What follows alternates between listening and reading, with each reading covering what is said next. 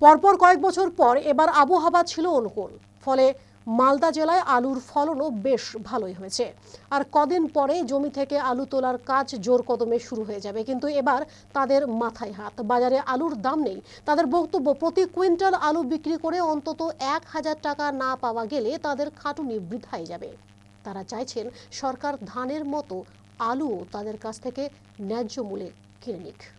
মালদা জেলায় সবচেয়ে বেশি আলু চাষ হয়ে থাকে পুরাতন মালদা ব্লকে। স্থানীয় গোটপাড়া গ্রামের সোমেন রাজবংশী একজন আলু চাষি। তিনি জানান, হোলির পর থেকে আলু তোলার কাজ শুরু হয়ে যাবে, কিন্তু তার কিছু পয়সা দরকার। হোলি চলে আসছে, ঋণ শোধ করতে হবে তার। কিন্তু এবার আলুর দাম নেই, মনে হচ্ছে পয়সা হবে না। এখন 700 থেকে 750 টাকা কুইন্টাল প্রতি দর চলছে। এতে তাদের কিছুই থাকবে না। অন্তত 1000 টাকা কুইন্টাল দর না পেলে তাদের চরম ক্ষতি। সরকার ন্যায্য মূল্যে ধান কিনছে, আলু কিনছে না কেন? হ্যাঁ, শুরু করছি, হোলির পর থেকে শুরু হয়ে যাবে। আপনি কেন তুলে নিচ্ছেন আগে আলু? এটা একটু পয়সা টয়সার দরকার। হ্যাঁ, একটা হোলি পূজা চলে আসছে, আচ্ছা, খাওয়ান দাওয়ানোর ব্যাপারে।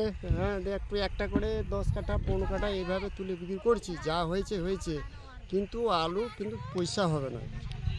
কেন আলু এবার দাম নাই। যে হারে খাটনি, অনেক খাটনি করলাম, কিন্তু পয়সা হবে না। এবার কত রেট চলছে? 1200 টাকা যদি হইতে হয় তাহলে কিন্তু চাষিরা বাঁচবে। আর যদি এই 700 টাকা 750 টাকা যদি বাজার হয়, তা কিছুই হবে না।